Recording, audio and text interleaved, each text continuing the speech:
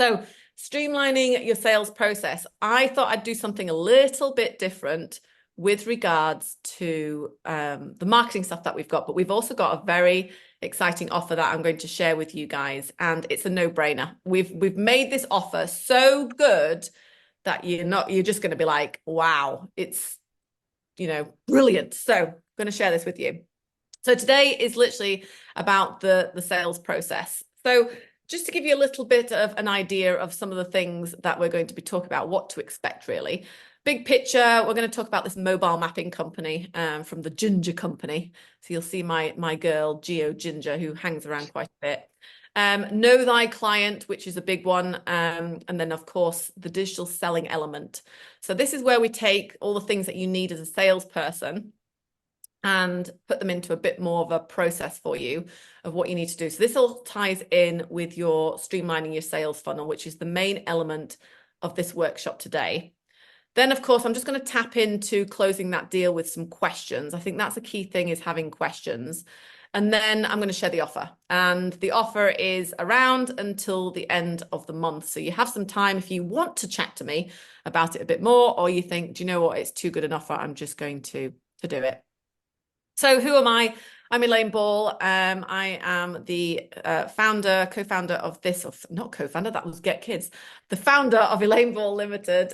So we set this up after selling MDL back in 2012 to Renishaw, which some of the equipment and software line went off to Carlson Software. And my dad sort of retired. He did buy a survey company in Wales, which is very small. They do a lot of work, do a lot of setting out, and also a bit of construction work, and also mining. So they do a lot of quarry stuff. So he's sort of semi-retired. And I set up this business predominantly because I always needed to find consultants, agency people, management people that I was stuck on. I needed those people to come in and help me, but I always also had to train them on the lingo, what we did, how we did things, that sort of stuff. So that was a big key thing, that one of the reasons why I set this up.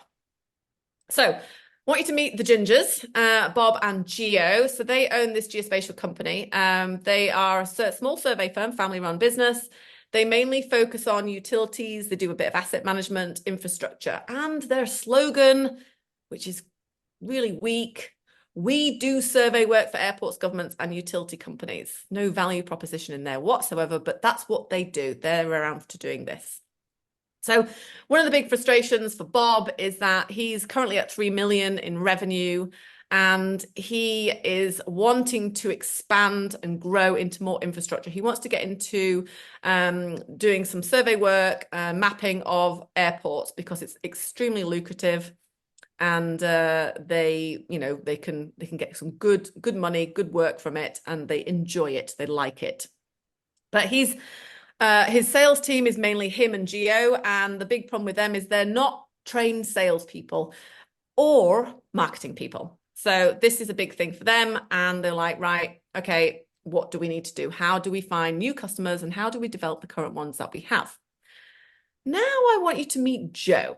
So Joe works as asset management department, in the asset management department. He's maintaining the assets on the runway, things like the runway itself, traffic signs, potholes. Like, what do you do with potholes? How do you shut down an airport to sort the potholes out on a runway? It's going to be very costly, isn't it? So he was hired from a smaller airport, and he is started with the business 6 months ago. He's actually a bit frustrated, is Joe, because he is trying to find new ways of actually speeding up a survey process. He knows he needs a survey team to help him, but he doesn't know what type of technology. Does it really matter? Question mark. He struggles to find who he can get, because all the survey companies say the same thing, which is very frustrating. And Joe is very desperate to become the operations director of this large company. So he's very much seeking to grow in his own business. He is the decision maker, but he still has to get budget approval. And the budget approval actually comes from the finance director, who is not online. So big thing. So the big picture for him is he needs to identify assets, new buildings, where do they go? Aging assets, what he does with those. Does he have some kind of process in place for that? How does he improve the infrastructure overall and maintain that? That's a big key thing. So I just want to share this little video with you and just explaining the buying process, the buyer themselves, because this is this part is the foundation for all your sales efforts.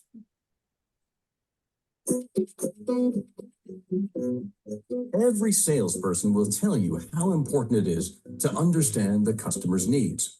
So how do you go about doing it? Let's look at it from 3 aspects: business goals, decision criteria, and personal goals. Let's start with business goals, the improvement each person is trying to achieve with the project. Why is this so difficult to understand?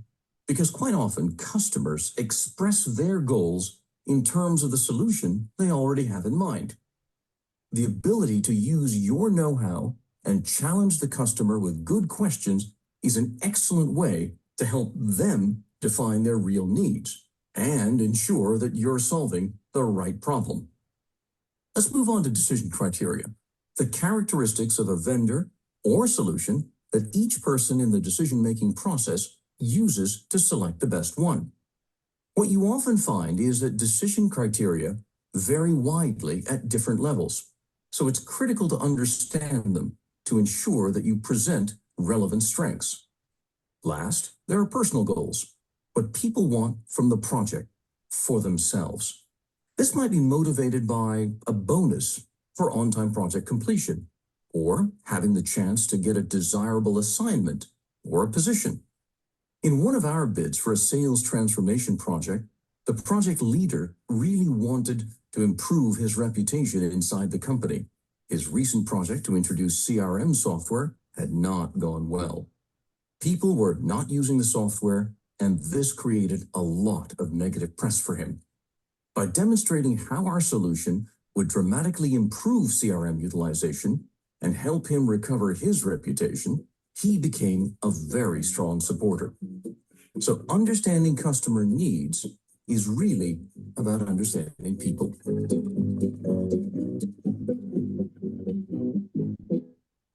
Okay, so I just wanted to tap into that because you will notice, and do put in the chat if you've actually attended any of our webinars before, that I do talk about the buyers quite a bit. And the reason being is it's your foundation. If you don't understand the buyer in a lot of detail, it's going to affect everything in what you're doing sales wise. So there's a couple little to-dos here, so I play this. So we role play this a lot with our retainer clients, where we actually sit down and really focus them in one market, and we focus no more than 3 to 5 clients. What you want to try and do is start with one buyer, but usually addressing 3 to 5 is quite good, because then you've got an idea of the influence and the people related to that, the buying decisions. So one of some of the things I do is asking someone in the team to be the client and then asking the questions, because it makes you really think about actually what keeps, say, Joe up at night. He's not going to be thinking about you in survey. He's going to be thinking about the potholes and how he's going to close down the airport before there's a big problem with travel and cost and all that sort of thing. So this puts you in the client's shoes, and it also is able to for you to think like the client.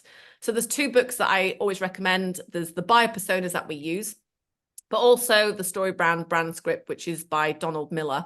It's fantastic, and it puts the client as the hero in the story.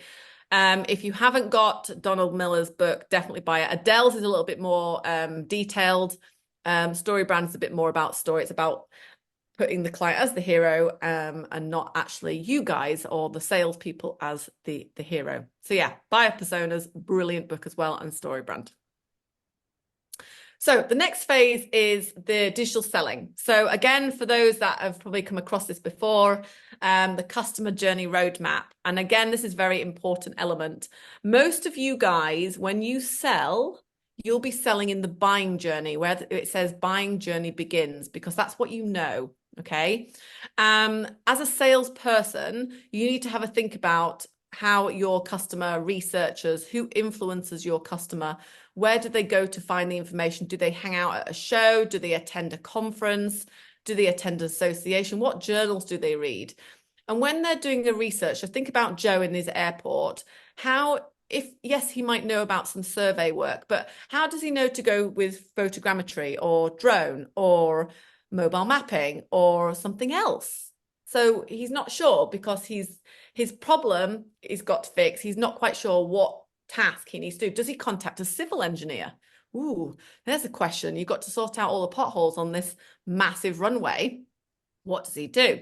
So by actually understanding the journey, you can then work with your marketing department to understand what content is going to help your client when they do the research to get through that journey. It's all about speeding up the sales process. So when they come into the buying journey, it's much easier for them to make a decision.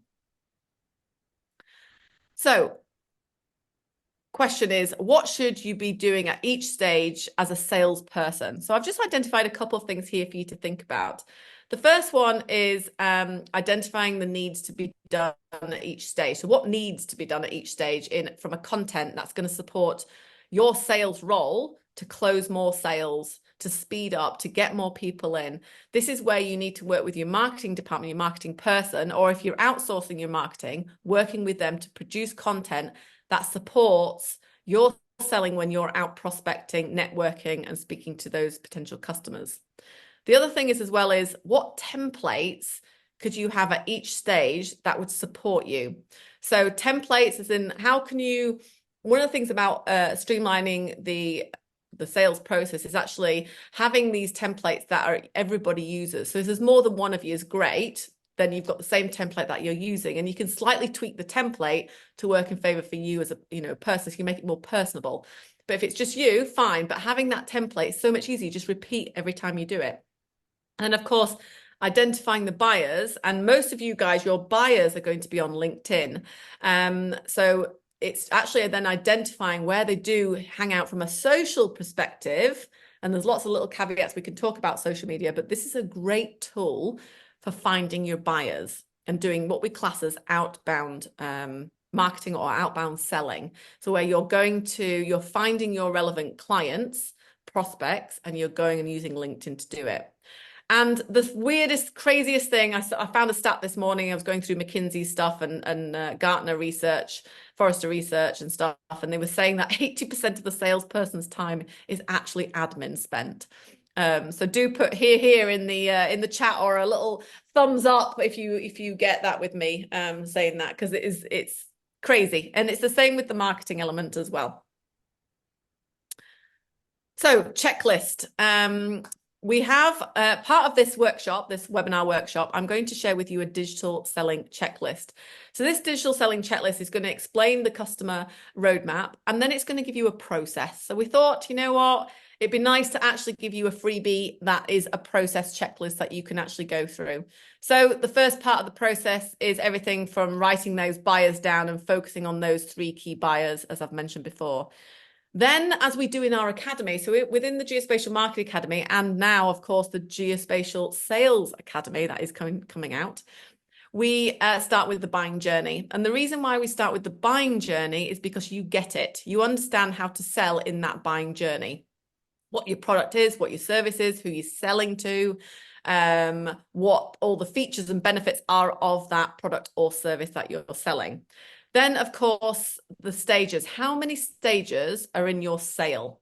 So that is from initial finding you, or you found them, to actually closing that sale. So what are the stages that you have to go through, or the client has to go through to actually close that sale? And it could be things like they've landed on a page, which you've noted through analytics, a blog, maybe they've watched a couple of webinars, maybe they've had a site visit and you've sent them a proposal.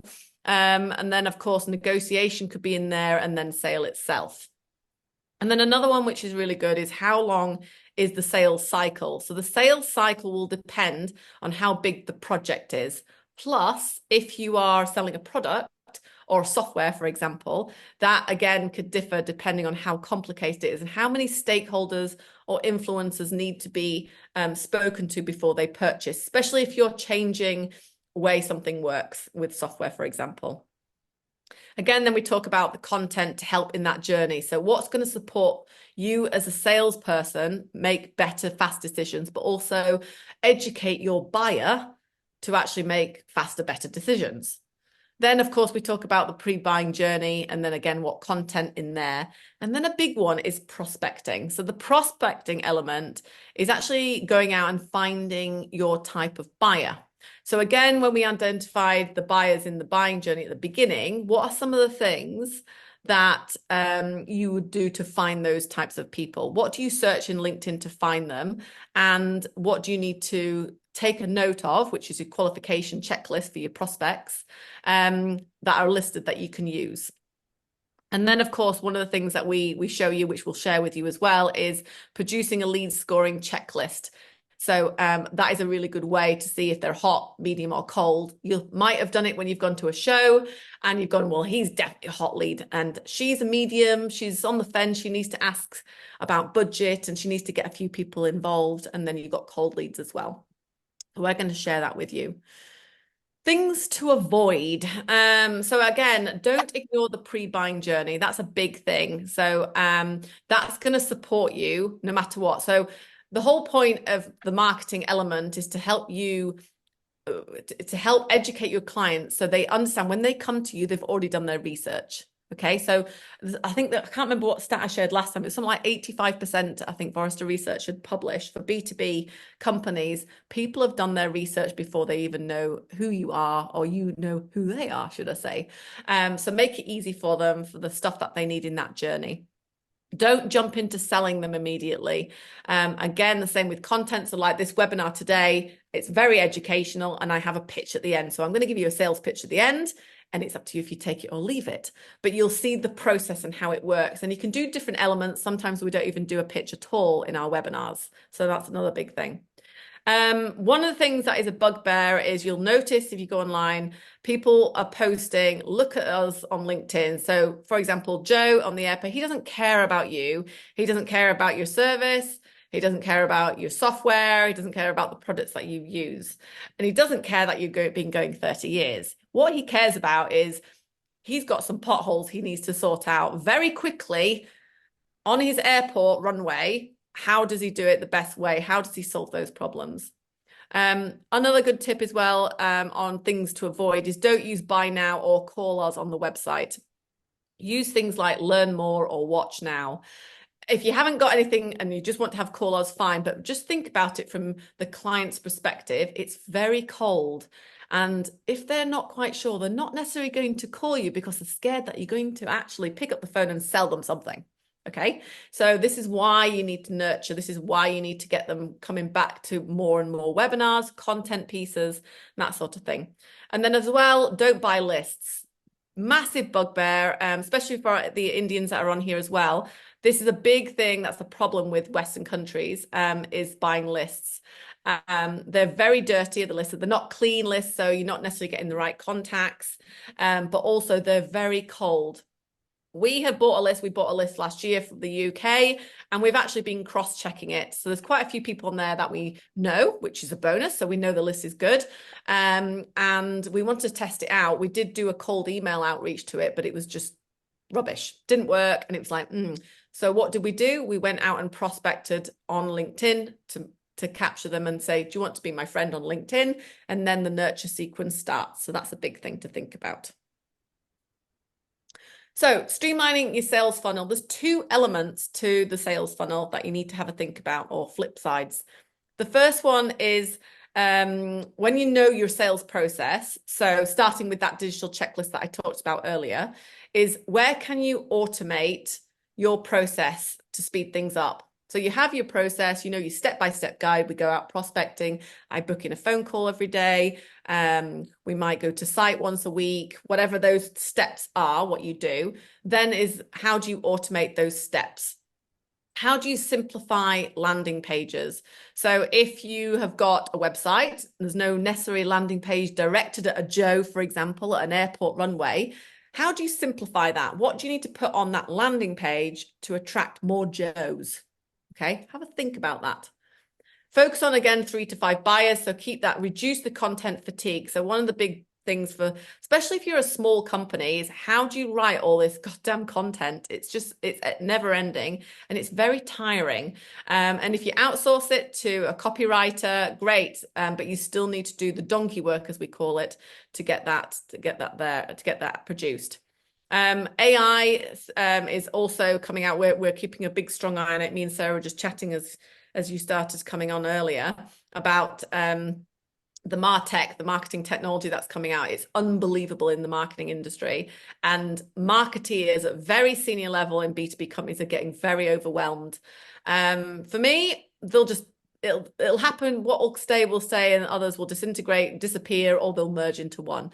But things like ChatGPT is absolutely fantastic. It's speeded up my process massively. I can use things like making posts and content, emails, or sales letters specifically that I can write, stick in ChatGPT, ask him to tweak it, make it fun, add emojis, make it more professional, add some content else, whatever I need to do. So I can keep refining it, and it's very, very smart.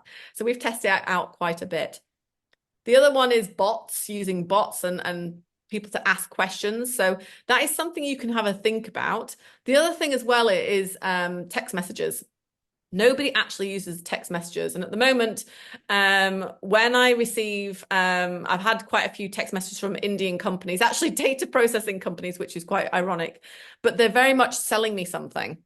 So for you guys in India, instead of selling something, you could say, like, do you want to have information, or do you want to read this case study and what we've done, or 10 tips on runway maintenance as an example? Because the whole point of it is that you're getting, oh, that's quite interesting, I'm going to click on that and see where it takes me. It takes you to a landing page. It talks about airport maintenance on runways and that sort of thing. So you just need to think a bit smarter. Don't go into the sales and selling something straight away. Make a checklist and have daily meetings. Again, I'm going to talk about this in a little bit later, but having the daily meetings and checking against, if it's you, great, you've got a checklist, but also if you have a couple of different people in your sales team, is checking that they're doing the same thing day in, day out. It's very monotonous, unfortunately, is sales, but it's a key thing. And if those that like the win, it's also really good too. The other thing with streamlining your sales funnel, it's a numbers game. So know the numbers at each stage of the funnel. I'm going to show you as well. We use Excel, but also now we use Salesforce CRM. We have good dashboards now, which is great. And also knowing those conversion stats, which I'm going to share a couple with you. So streamlining that sales funnel, new clients. So you're wanting new clients. How many Joes do you need at the top of the funnel to produce 5 qualified leads? And I bet you're thinking, okay, qualified leads. Okay, what does that mean? So if you're, say, attracting, say, 200-300 people a month onto your website, how many of those people are actually then either downloading a document, so they're putting in their name, email address to actually access a content piece that's going to help them, or signed up to a webinar like you guys did today? How many people are doing that? Okay, so that's one thing you need to have a think about. And then that's what we class as marketing qualified. So you guys all on here, you'll be rated in different levels of, like, yeah, interesting, I just want to get the information, to actually, yeah, I've had a demo already from Elaine, I want to buy it. I'm not quite sure to buy it yet. I've still got some undecided questions that I need to, undecided thoughts that I need to sort of challenge and question and see if this is right for me. So having a think about that. Then, of course, the qualification checklist on what makes the sales qualified lead. So what actually makes them a hot prospect for you? So that's where you want to have buying signals. So for example, we have about 1,000 people on our database for marketing qualified leads, and probably 15% of those are probably pretty hot that we can convert into the sales qualified lead. And that's because they've maybe attended 4 webinars. We can rate that. So it could be 4, it could be 10, whatever it is. They've had a chat with Bob, for example, at an airport show. They've downloaded a white paper, so they've put in their information. And then next is salespeople should work this whole process with marketing. So the whole point of it is that you guys need the content. Marketing is there to support the sales element, okay? It's also there to lead sales and to help make things a lot quicker. So that's some of the things that you need to have a think about, especially with new clients. So the next thing is current clients. So you've got current clients at the moment. And the thing is not to forget about these guys. These guys are really, really important. So current clients is then what do you do for nurturing? What do you need to do? So hopefully you're salespeople and I know sometimes I don't always make sure that I do follow up, but it's also when you're very busy with the day job, is making sure, shit, I haven't actually spoken to such and such in about 3 weeks. So it's making sure that you have some kind of process in place to nurture your current clients. Things like having an email sequence in there. You might see them at shows, communication and nurture emails, that sort of thing. So, and the thing is as well, I've just been chatting with some of our clients that are currently in the Geospatial Marketing Academy and just trying to get a little bit more insight. What works for you? What doesn't work for you? What's the good, the bad, and the ugly? Because from a current client perspective, you need to nurture that client so they keep coming back. You potentially might be able to sell to them if you're doing other things. So if they've provided a service, if you've provided a service to them, what's worked, what hasn't worked, that sort of thing, really key. Now I'm going to show you, this is a really lovely way to show off the sales pipeline. And just to explain for those people that are familiar with the pipeline, but also not familiar with the pipeline. If I can get my mouse to work, where have you gone?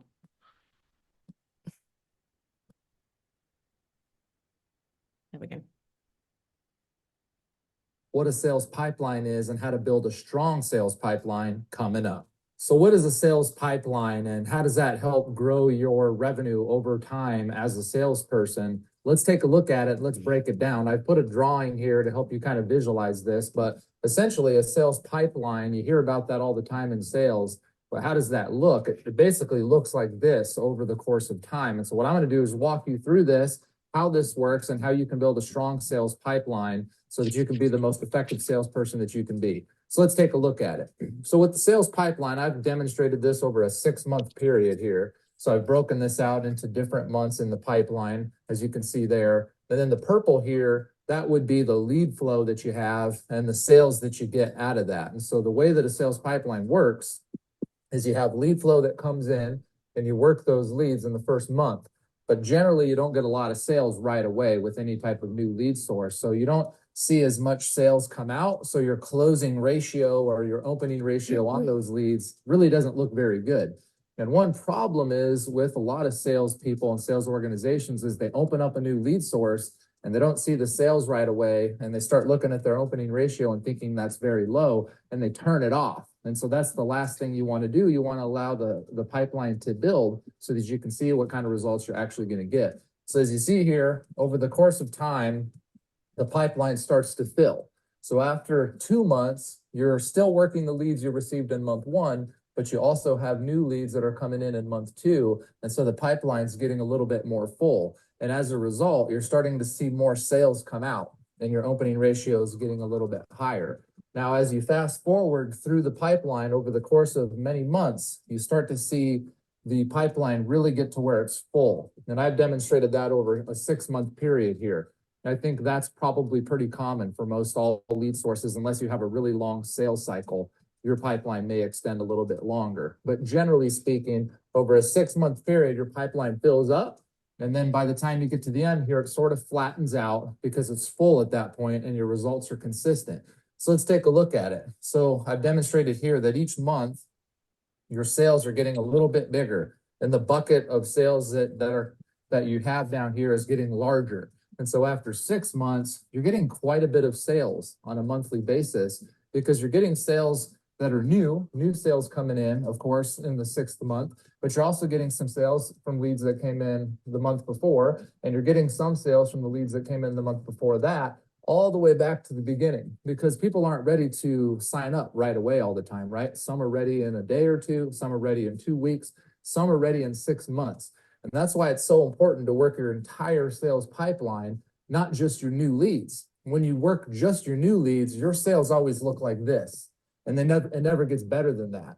But if you work your entire pipeline, the new leads that you received and the leads you received 6 months ago, you're going to have sales that look more like this, with an opening ratio that looks more like that, which is going to be pretty powerful. And then this is going to stay consistent until the end of time if you consistently work those leads and consistently get new leads. So let's talk about some tips on this. So I've bulleted those over here. Number one is lead flow. You need to have lead flow. You need to have leads coming into the pipeline at all times consistently. If you don't, you're going to have to where your pipe dries up in certain areas, and that's going to affect your sales and your results. And so you want a consistent lead flow. Every month you're getting consistent lead flow from a particular source, month over month, so that the pipeline stays consistent. Number two here, you want to have consistent effort and discipline. One thing that happens with salespeople a lot is they have a really good month and they close a lot of deals. They have a month that looks sort of like that and they're excited about it, and they let their feet off the gas a little bit. And what happens is the sales start to fall because the pipeline starts to dry up in areas. And so you don't see the results that you had previously because you let your effort and your discipline kind of lag a little bit. So you want to stay consistent there. Number three is you need a defined process for how you work your leads, and you need to be consistent to that. What do you say on the first call? How often do you follow up? What's the cadence there? What kind of email communications are you sending? And you need to have that documented so that you have a consistent process that you can consistently follow so that you can see the results consistently that you're looking for. And also, this is for scalability. If you bring on another salesperson or a sales partner, or you grow your sales organization, you're going to want your entire sales team to have a similar looking pipeline, so they need to be following the same process. Number four, you want to work the entire pipeline. Like I had previously talked about here, you can't just work the new leads. You have to work all of the leads all the way through. If you work the entire pipeline, it's going to stay consistent. And then the last tip here is just don't give up too early. And I touched on that in the very beginning. If you have a new lead source, don't start judging it right away. Be consistent to it, work on it, give it a good 6 months of effort, and then see what the results are. At the end of the 6 months, you'll understand what your actual opening ratio is on those leads that you can project forward. And you'll know the amount of sales that you consistently get on a monthly basis that you can project forward. But you don't want to start projecting forward based on results that you're seeing over here, or it's going to be skewed and you're going to want to stop. And so this same strategy, the sales pipeline, also works for marketing. You could literally, you could instead of calling this a sales pipeline, you could call this the marketing pipeline. Because generally, whenever you start marketing, whether you're doing online advertising or offline advertising, you're going to not really see the greatest results in the world in month one, right? But if you stay consistent with it and just keep chipping away at it and optimizing it, after 6 months, you're probably seeing some pretty good results there. So take this strategy back to the fort, talk about it with your sales team, see if you can build a strong sales pipeline so that you can grow your business. If you have any additional tips that I missed here, leave it in the comments. If you like the video, like it, share it with your friends. Thanks for watching. Okay, so one of the things that I just want to mention, especially if you are a small company and you're multitasking on lots of things, is work on quality. So really hone in on those buyers, focus on a market, and focus on 1 or 2 key buyers that you can go after, and chase those buyers. Focus on them, prospect them, nurture them, speak to them on LinkedIn, go to networks. So really hone in on it. Otherwise, it's just going to blow your mind, all the things that you have to do. Okay, so that's one of the things I would do. The checklist. So be consistent in prospecting, marketing in general, and follow up. Follow up is the big one. So again, write down a process for lead generation. How are you going to go it? I'm going to share this with you as part of this free workshop webinar, and the steps for inbound. So where they come to you. So they found you and they've come to you, and also outbound leads. So how you go out and find those leads, what you need to do. Having a checklist of things you and your salespeople must do daily. So this is a really good one, and I do say this again at the end, is having a checklist that you can make sure that you or your salespeople are doing. Now, this is a discipline and it's hard work. So for example, identifying 20 buyers on LinkedIn per day and inviting them as connections. So they're potential prospects that they could buy my service, okay? or your software or your product. Networking at least once a month. So you're going to an event, you're sending out 20 case studies. So say that you have a case study in, remember what he's just saying about that pipeline, that's the same as behind me here. And actually then nurturing part of that pipeline, inviting 10 prospects to webinars. So actually using it. And one of the things that we do as well between me and Sarah and the team is that a lot of them, like Sarah will jump on my LinkedIn to help me boost invitations to people and still personalize it. And then I still can reply if I need to, or Sarah can reply. So you can actually still do it like that way, but you need to make sure that you are being very genuine in what you do and it is correct what you're saying. And of course, use of Calendly. If you guys don't know Calendly, if you've got HubSpot, for example, you'll have a Calendly type thing in there, but also have a look at calendly.com. I think it's about $12 a month. It's a really good way of getting people to fill in the form, put in the details and book a call with you. So I've got that at the end of here and it's brilliant for consultation. So I want to share this with you because you can do it from a basic perspective. Okay. So with the prospecting current network. So this is my current network. We've done this before. I've listed everybody into the Excel spreadsheet, and this was about, I don't know, 3,500 people when we finished with it. But I just want to show you how simple you can make it. So we had the name of it was a surveyor or the product seller, who was looking after it, the name of the person, the company name, the size of the company. So one of our qualifications is size. So we do different pitches for different size of business. When I contacted them, BM2 is benchmark 2. So benchmark 1 was actually getting them into my pipeline, but benchmark 2 was actually sending them a value video. And if any of you guys have gone onto my website, on the front page of the website, you'll notice the case study video on there. That was what I sent out. So as you can see in the yellow bit above, it says value video 2, 79. Ignore that bit. Underneath it says total 55 as an example. Then I've got total yeses. So they've accepted the value video, and total no's. So either ignored me or just said no. 27% conversion rate. Okay, so I'm like, bingo bongo, this is working. Good. The next phase is when they replied, and then it's benchmark 3. So what I've done then is, have you received the case study? Yes, thank you very much. Or they've ignored me. Or I've had to follow up a couple of times for them to get that yes. And then, of course, I sent out a call reminder and sort of said to them, would you like to have a call with me to talk about the Geospatial Marketing Academy? Okay. So then again, at the top, I've got calls confirmed. I've got total calls 32 as this example. Yeses 8 and no's 24. So those no's could be either no, or it could be a silence. Okay, so I've had a 25% conversion rate there, which is great. So as you can see, my pipeline's not fat enough at benchmark number 2. So I need to do some work with that, because benchmark number 3 is quite good, but I still need to fill it up more. So this is just a really easy, simple way you can keep track without trying to figure out how to do it automated. So the first thing you need to do is start doing it from Excel perspective first. If you're a larger company, you've got a CRM, it's making sure your process people put this into place, which we have done now. We've now got all this on our Salesforce dashboard. Now, the second thing, I love this. This is one of my favorite. I still actually use it, even though we do have Salesforce. So the great thing about this is my call planner. So every single call that I have, I always ask the question, can I record this? Everything's confidential, but it means that I can go back and listen to that call. Did I ask the right questions? Did I understand the unspoken objective or objection, should I say? So that's a big thing. What are some of the things that I did right or I did wrong? Because every call, I sometimes do a great job, or I sometimes think, damn it, do you know, I could have done that so much better.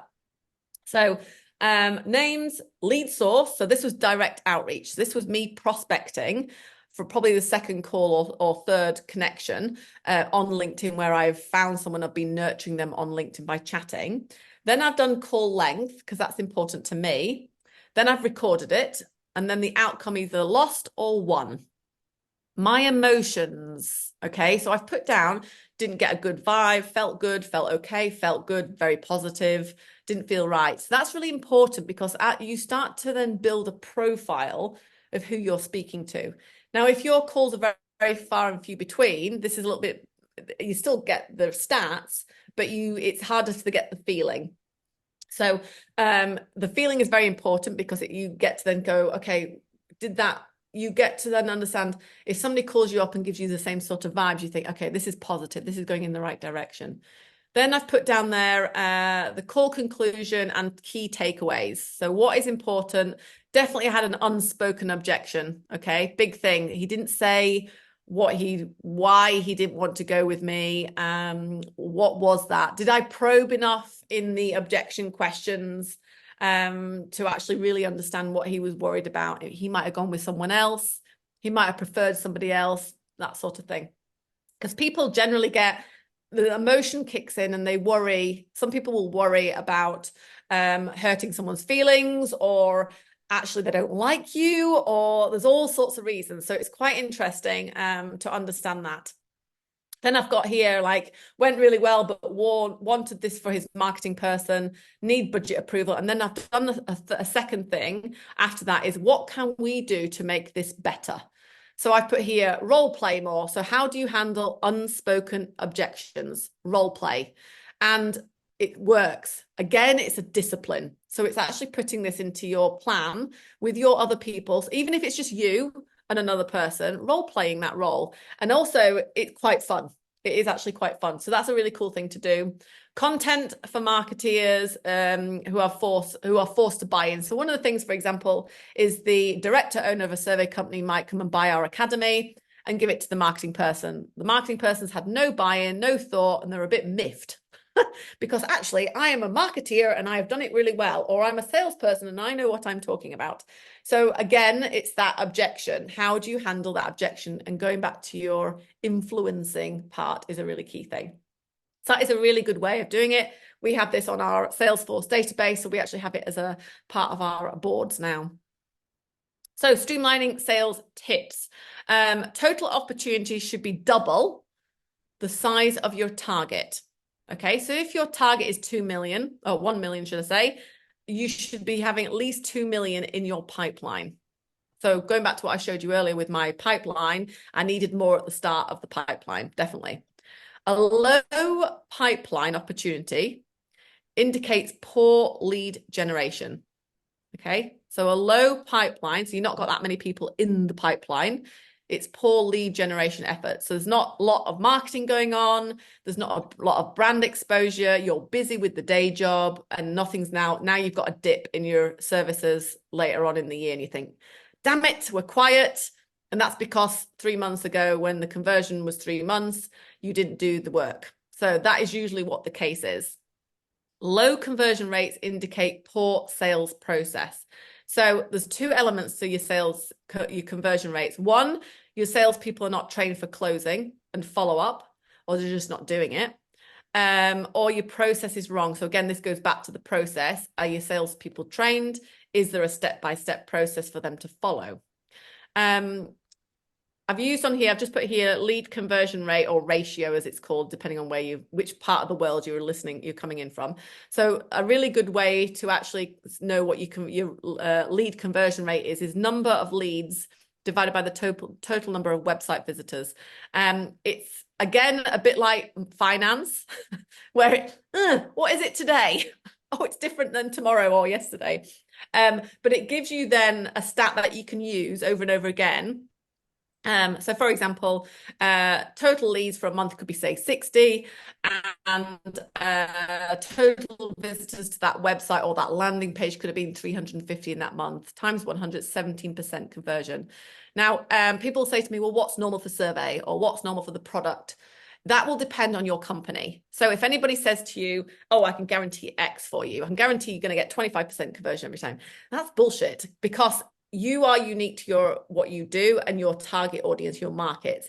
You can probably get an average, which a lot of the McKinsey Forrester research will give you an average B2B stat on conversions. MailChimp does it. So for example, a MailChimp conversion. So if you're sending out an email and you've got an open rate more than 30%, that's good. Okay, that's just rule of thumb. It's general. It's not specific to survey, but it gives you an idea. For click-through rate from an email campaign, 5% or above is very good. Again, it's generalizing, but it gives you something to work on. Of course, I had to mention this. We're not going to go into any detail today. This will be in the academy itself, but the sales qualified lead pitch and presentation. So what is Geo Ginger doing with Joe? You know, phone calls, how's she nurturing that relationship? What is the process she's taking to actually take Joe into a sale?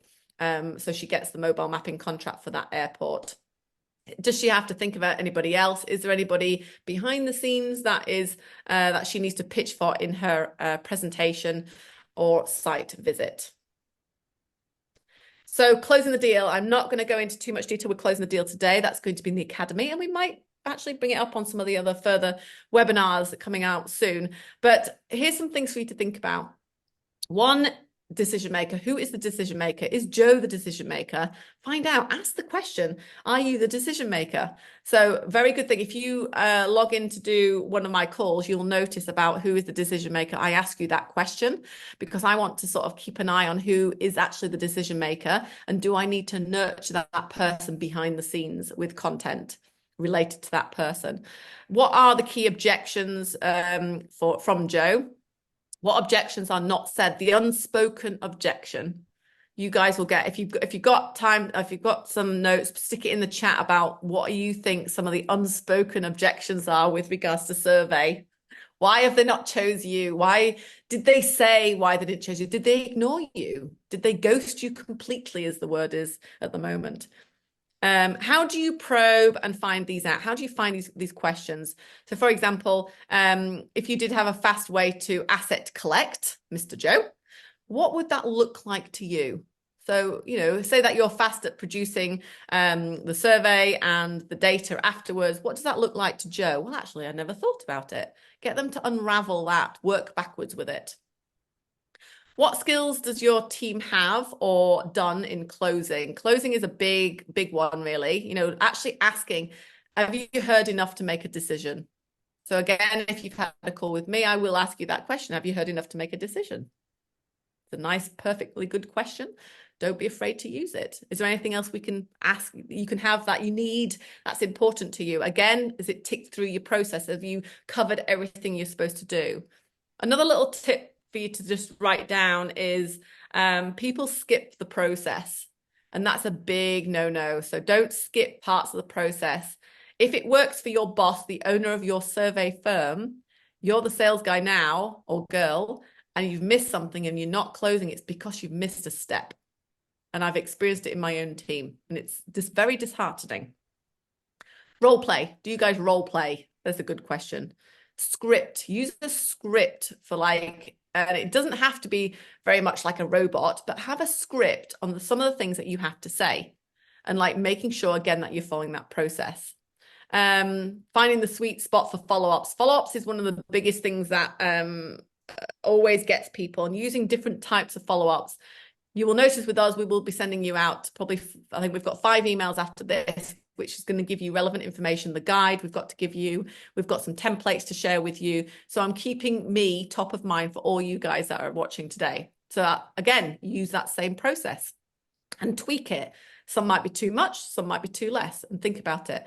And then the follow-up. So when we've got several people that are in now the sales qualified lead, and the back and forth, they're asking the questions, I've had good conversations with them, is the follow-up process. So you have maybe 3 or 4 different follow-ups. You might use WhatsApp, LinkedIn message, email. Get creative with it. But also don't just drop them. So like I've got a couple of people that I need to follow up in the next couple of weeks. I keep a note on who I need to do. And then I usually drop them a note, a WhatsApp, a little video message, that sort of thing. But that, again, we can go into more detail in the academy for that. And again, I've just reiterated the unspoken objection. So lastly, but not least, is the level up your sales team. A big one. We've got some really great stuff coming out this year with regards to the emotional intelligence of people and how that taps into your sales team and people within your business. So a couple of things here to have a think about is combine your marketing and sales departments. They're working together. The whole point of your marketing arm is to really support that full journey. So revenue generating work. So marketing should be producing revenue generating activities. The content that is produced, streamline it so it's not overwhelming, have one or two key things and work it with the salesperson, and then go back saying, yeah, this worked for me, this didn't work for me, we're getting this amount of stats from this. And this is why, you know, we look at our stats. I mean, we were averaging around 60 people registering, 60 to 100 people registered for our webinars, and then we get to see actually who repeats and who comes back, who repeats, and what's happening. When we started doing these webinars, we were getting about 10, 15 people registering, and then that just goes up. And because we're a global business, we have to work with different time zones. If you're in the UK, for example, it's quite good. You should be able to get a higher attendance rate on your webinars. But bearing in mind, this is where you need to test the times and where people are they at work? And I know Pavlina, I'm not sure if Pavlina's on today, but she said to me yesterday, she says, Elaine, your live Q&As for the Academy is, you don't cater for mums. I was like, oh, you're right. So I have one at 8:30 and I have one at 4 o'clock. I was like, oops. Because I was thinking purely about the time zones. I was thinking about America. I need to come on at 4 o'clock. And I was thinking for Tuesdays is at 8:30. I was thinking Australia, India times. But I didn't think about mums, did I? So very good point. Good feedback from Pavlina. Get a consistent process that everyone follows. Now, this is the other thing as well, is having weekly sales meetings. Guys, no matter what, have a little meeting, even if it's 15 minutes. What have you done? And a checklist. So if you've got a salesperson or you're, turning someone into a salesperson, they might be a surveyor and they've like now got a sales role, business development role. Have a little checklist of things that they must do on a continuous basis daily, no matter what, and check it. Hold them accountable for this. This is really key. Build that pipeline, as the gentleman said earlier. I didn't catch his name, actually. I have to go back. And then, of course, one of the big things is invest in cross-training. So anything we provide, go out and see what other people are doing. Cross-training is brilliant. Publications, encourage a learning environment. And of course, I want you to buy GMA and, of course, the new Geospatial Marketing Academy, which is very exciting. So that takes me on to GMA. So can you imagine how it would feel to have access to lessons like this, but loads more detail, templates, nice processes, a proven framework within geospatial. So it's providing geospatial related stories, survey stories, that sort of thing, templates, case studies, how that would make you feel, how would you speed up your process? And hearing people say to you, your stakeholders, oh, I've seen, you're doing a lot with your marketing at the moment, or blimey, how many times are you following up? And you're like, yeah, I know, we're on it with this. It's like, oh, this is really good. So we start attracting more customers. So as you know, we have the Geospatial Marketing Academy. That is our primary product that we sell here alongside our retainer work. We do a lot of project work, but this is our primary tool that we have, our primary product, because our mission is to up-level the geospatial industry. And we know, and I know, with working with lots and lots of different surveyors and product people, is that they've got a long way to go. So I want to give them access to the tools that I never had when I started in the industry, within the profession as well. So the Geospatial Marketing Academy, we currently have 55 GMAs already experiencing the benefits. I'm going to share with you a little case study from Polly, who's actually increased her client base by 50%. And then I'm going to show you an exclusive offer that you can either take or leave, but it's for you guys, so everybody who's registered for this. And we're going to hold this until the end of May, but it's a no-brainer. It's an absolute no-brainer. So let's just hear from Polly and see what she has to say.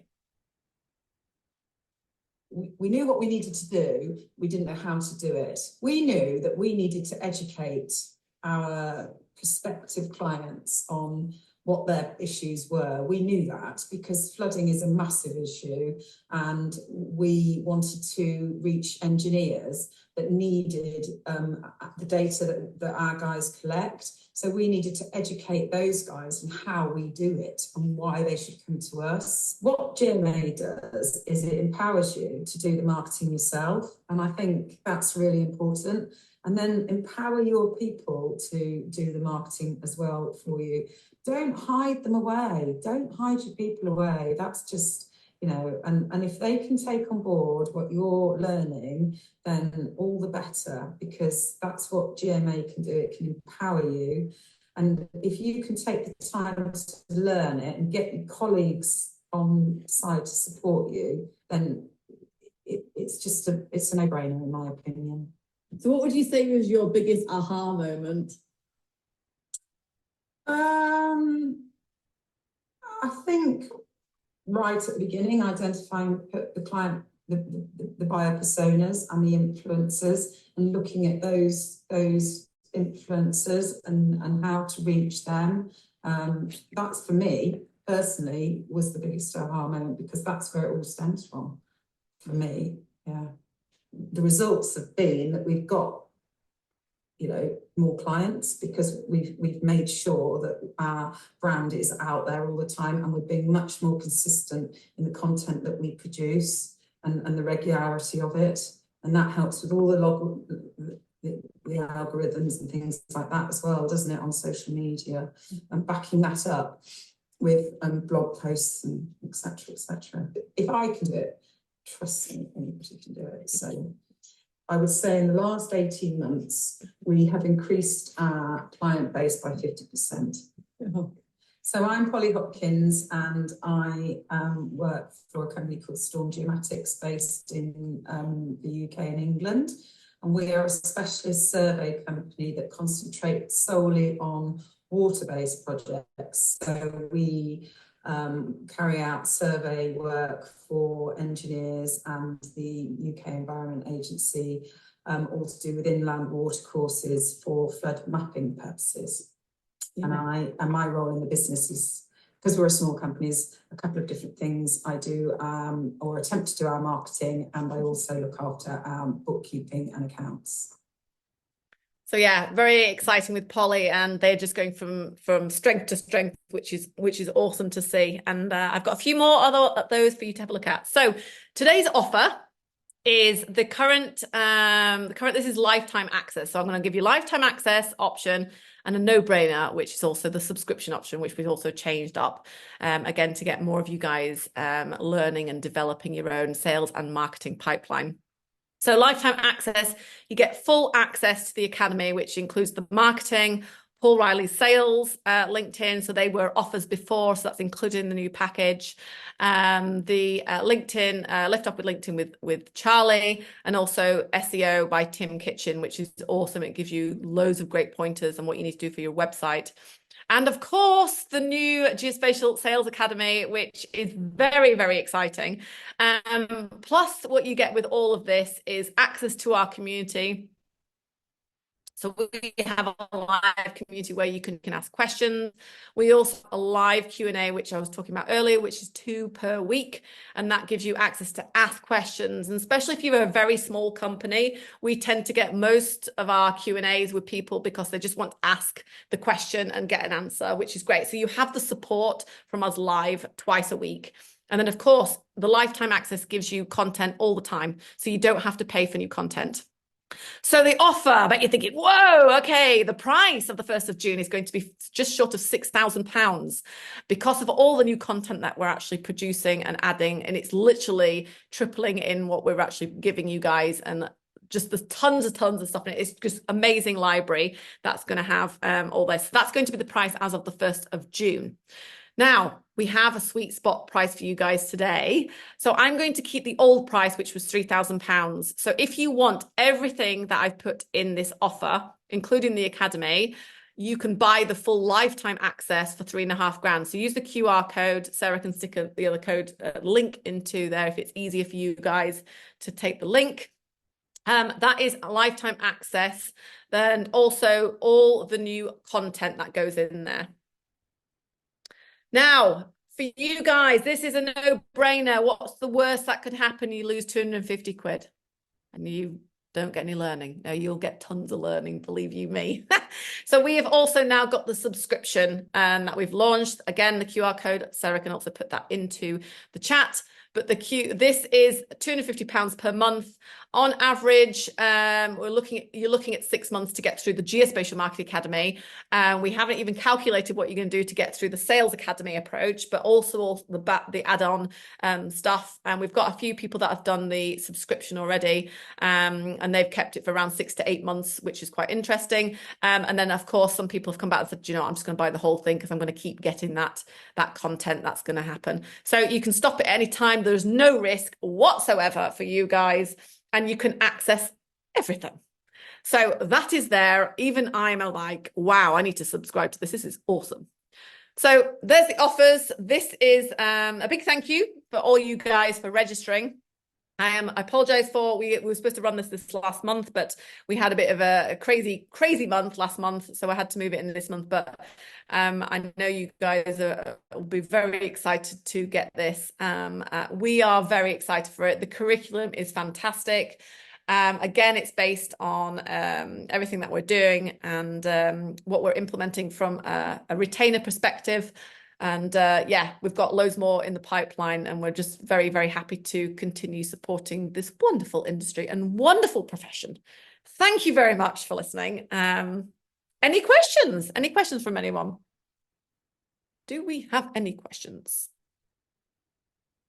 Oh, Sam, what Sam said. Oh, so I had to duck out. I'll catch up with the rest of you on the seminar recording. Please send me details for the special offer. See, sucker for a special offer. Love it. We will do that. Definitely do that, Sam. I'm just going to jump in and say, sorry, Elaine, I'm just going to jump in and say that I've popped all of your links into the chat there. So Calendly links, which I think you explained earlier on the webinar, and then the Academy page and the offer are all there if anybody wants them. Fab. Thank you. Thank you, everybody, for coming on. And yeah, we've got a right mix of people from all different countries, which is great. Jose's come on, Glenn, Erin, Erica, Daniel, Colin. Lovely to see you, Colin. Nice to have you on there. Just popped on to see who's been. I've not been looking at who's on the attendance list because it's quite distracting when the things start popping in, people doing things. But no, I appreciate everyone for coming on. Current conversion rates. Yes, I will do that for you, Glenn. 250. Sarah, do you want to do a quick calculation using xe.com? Give you the calculation. I think £3,500 is $4,600 US dollars. Oh, yeah, sorry, hold on. Yeah, should have done that. I don't know what it is in $2, US dollars, is it? Yeah. I don't know. Yeah. Sorry, hold on. Yeah, it's 1.3, I think it is, to the pound. $4,465 US dollars in this moment. Yeah. Yeah. So you can look at that. And then what's the £250 worked out to be? Australian, it was about $500 a month. Curlew is currently using $318 $318 for the yeah. Yeah. Do we have any questions from anybody else on the pricing or what you get? That sort of thing. So at the end of the yes, but the idea for launch is we're going to launch the first 2 modules at the end of June, start of July. So they'll go out and they'll be included in the current package. So that's when they start going out, and they will all tap in. So they cross-reference a lot of stuff in GMA. So for example, I won't go into too much detail of like the customer journey in the sales process, only from a sales point of view. But for example, what content you need to produce in that sales is going to be in the Geospatial Marketing Academy. So they'll work hand in hand for each other and be able to support. Any other questions from anybody?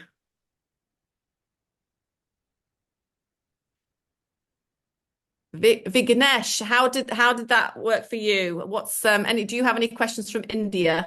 And Vinny, or is your first name Madhav? I can never pronounce the names. I do apologize for my bad pronunciation.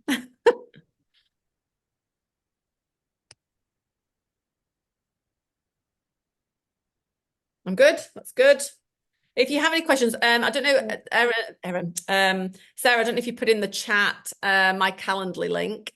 I did. Yeah, that's up there. So the Calendly link, if you guys want to chat, oh yeah, I see it. Yeah. So the Calendly link Oh, you've done it host to panelists, Sarah. All the lists, you've sent it just to the host. You've not sent it to the entire Oh, group. oh. That's why nobody can see it.